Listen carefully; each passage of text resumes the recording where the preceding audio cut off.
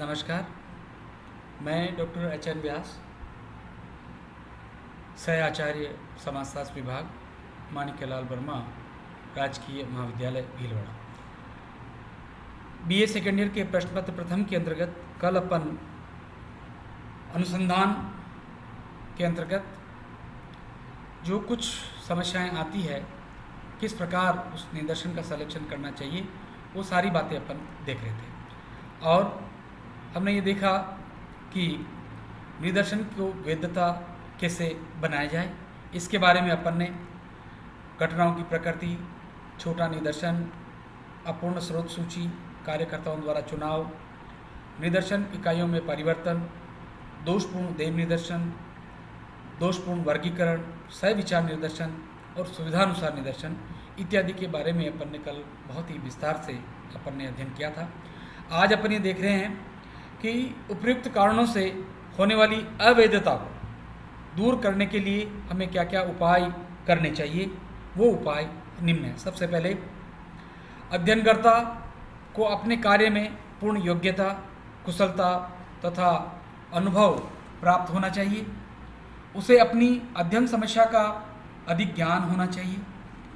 तीसरा, उसके द्वारा चुनी गई निदर्शन विधि अध्ययन समस्या की प्रकृति के अनुकूल तथा विषम के उपयुक्त होनी चाहिए। अध्ययन वैज्ञानिक दृष्टि से किया जाना चाहिए तथा वैयक्तिकता पर नियंत्रण रखने पर अधिक ध्यान दिया जाना चाहिए।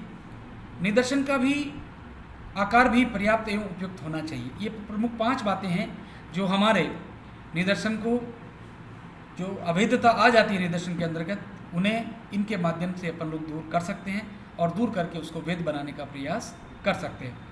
अब हमारा नेक्स्ट पॉइंट आता है, निदर्शन की विश्वसनीयता कैसे हो। संपूर्ण अध्ययन की प्रामाणिकता निदर्शन की विश्वसनीयता पर आधारित है। इसके अभाव में समस्त अध्ययन प्रक्रिया दोषपूर्ण तथा व्यर्थ रहती है। निदर्शन विश्वसनीयता के निम्नांकित प्रमुख आधार हैं, जो कि निम्न है। पहला, पर्याप्त आकार।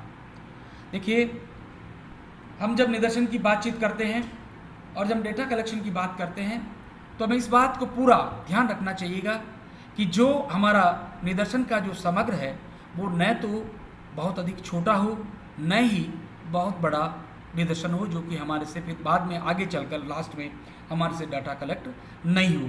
तो उसका सबसे पहले बात ध्यान में रखने की है कि निदर्शन का आकार जो है वो पर्याप्त होना चाहिए। जहाँ अधिक बड़े निदर्शन में विश्वसनीयता कम होगी, वहाँ छोटे निदर्शन में समग्र के अधिकांश गुणों का सम्मिलित किया जाने का अवसर न मिलने से अविश्वसनीयता रहेगी। इसमें परिशुद्धता की मात्रा भी कम होगी।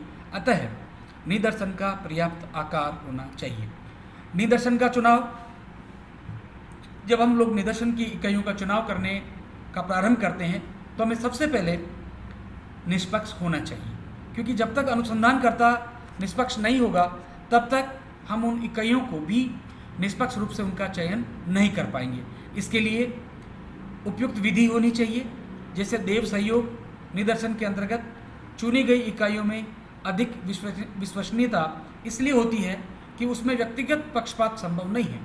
इसके विपरीत जो उद्देश्यपूर्ण अथवा वर्गीकृत सुविधापूर्ण इत्यादि विधियों में जो निजी पक्षपात की अधिक संभावना के कारण विश्वसनीयता कम होती है। तो हमें सबसे पहले इस ऐसे मेथड का उपयोग किया जाना चाहिए जिसमें निष्पक्षता बनी रहे, और वही हमारे लिए उपयुक्त विधि होगी।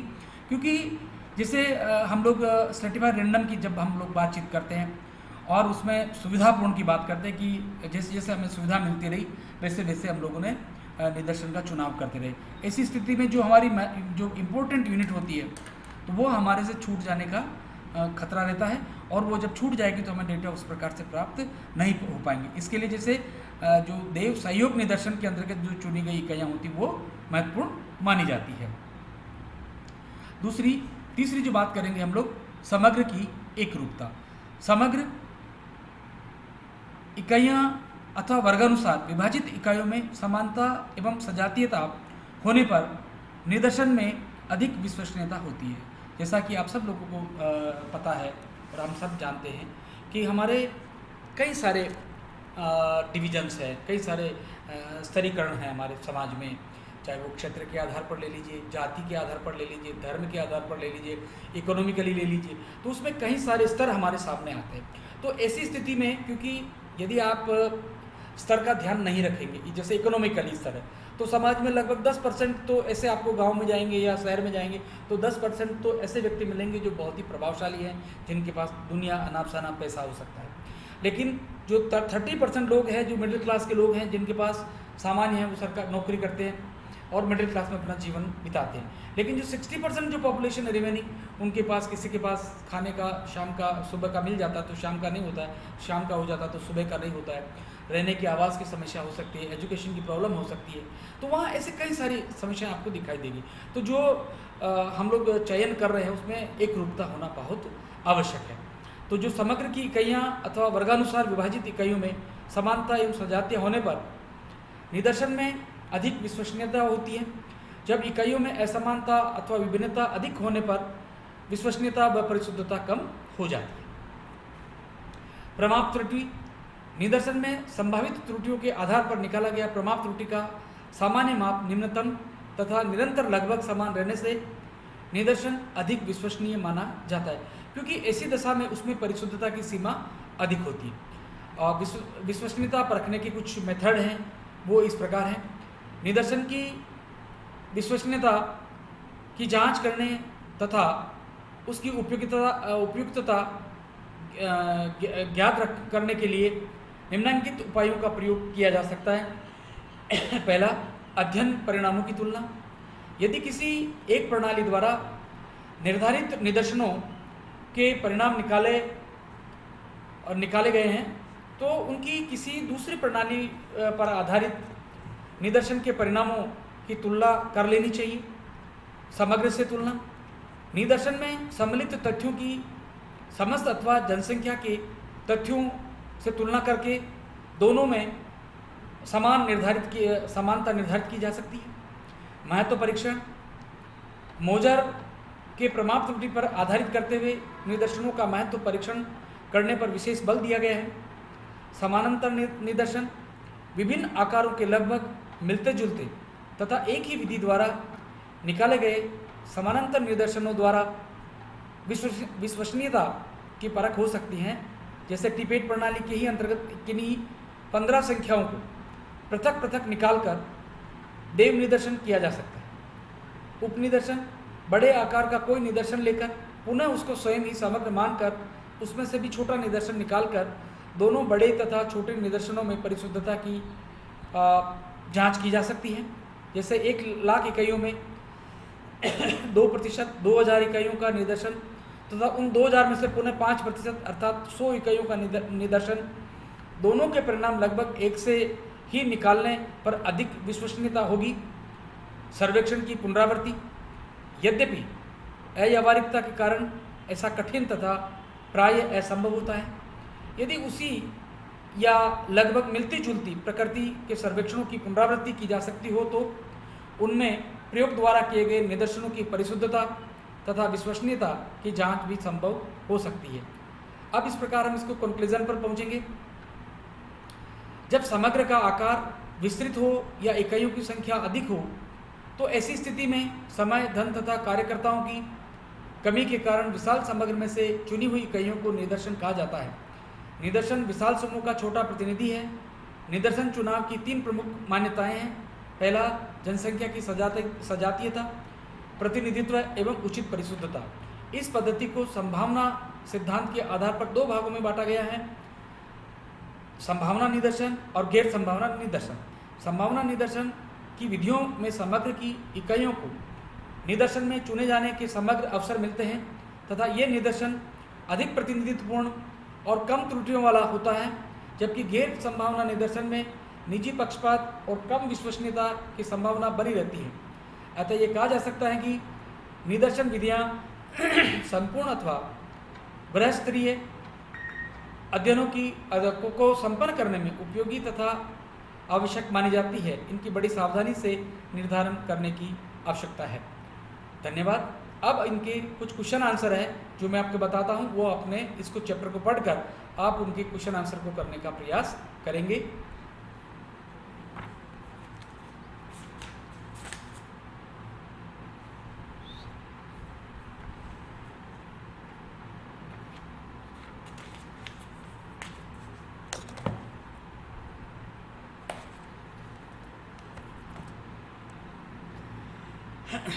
नमस्कार। सबसे पहला जो प्रश्न है वो आता है, सबसे शॉर्ट प्रश्न है ये, ग्रिड प्रणाली किसे कहते हैं? Define grid method. दूसरा, डिफाइन कोटा सैंपलिंग, अभ्यस निदर्शन को परिभाषित कीजिए, है ना। तीसरा, उद्देश्यपूर्ण निदर्शन के 2 गुण लिखिए, right 2 merits of purposive sampling. चौथा क्वेश्चन है इसका, सुविधापूर्ण निदर्शन क्या है? What is convenience sampling. अब शॉर्ट आंसर टाइप क्वेश्चंस ये 4 नंबर के अपने एग्जामिनेशन के अंतर्गत आते हैं। पहला, देव निदर्शन पद्धति पर संक्षिप्त टिप्पणी लिखिए, right A short note on random sampling. ठीक है। दूसरा जो क्वेश्चन है इसका, स्तरीकृत निदर्शन का वर्णन कीजिए, डिस्क्राइब स्ट्रेटिफाइड सैंपलिंग। तीसरा जो क्वेश्चन है इसका, निदर्शन की प्रमुख समस्याओं को समझाइए, explain main problems of sampling. Okay, जो मैंने आपको बहुत विस्तार से बताई थी। अब हमारा ऐसे टाइप क्वेश्चन है, वो 3 क्वेश्चन है वो आपको करना है। पहला, निदर्शन को परिभाषित कीजिए एवं प्रतिनिधिपूर्ण निदर्शन की आवश्यक विशेषताओं का वर्णन कीजिए। मैं एक बार वापस बोल रहा हूँ, निदर्शन को परिभाषित कीजिए एवं एक प्रतिनिधित्वपूर्ण निदर्शन की आवश्यक विशेषताओं का वर्णन कीजिए। इसको इंग्लिश में लिखिएगा, define sampling, explain essential characteristics of a representative sampling. वापस बोल रहा हूँ मैं, define sampling, explain essential characteristics of representative sampling. Okay. दूसरा जो क्वेश्चन है, देव निदर्शन क्या है, इसके विभिन्न प्रकारों का वर्णन कीजिए, what is random sampling, describe its types. Okay, वापस बोल रहा हूँ मैं, देव निदर्शन क्या है, इसके विभिन्न प्रकारों का वर्णन कीजिए, what is random sampling, describe it's and its types. Okay. तीसरा क्वेश्चन है, संभावित एवं असंभावित निदर्शन में अंतर की लिखिए, संभावित एवं असंभावित निदर्शन में अंतर लिखिए, differentiate between probability and non probability sampling. वापस बोल रहा हूँ मैं इंग्लिश में, differentiate between probability and non probability sampling. इन क्वेश्चनों को आपको बड़े विस्तार से करना है, तीनों को। और यदि इन क्वेश्चन में आपको कोई भी समस्या लगे तो आप निश्चित रूप से मेरे से आप कांटेक्ट कर सकते हैं। मैं इन सारे प्रश्नों का जो आंसर है आपको बताने का पूरा प्रयास करूँगा। धन्यवाद।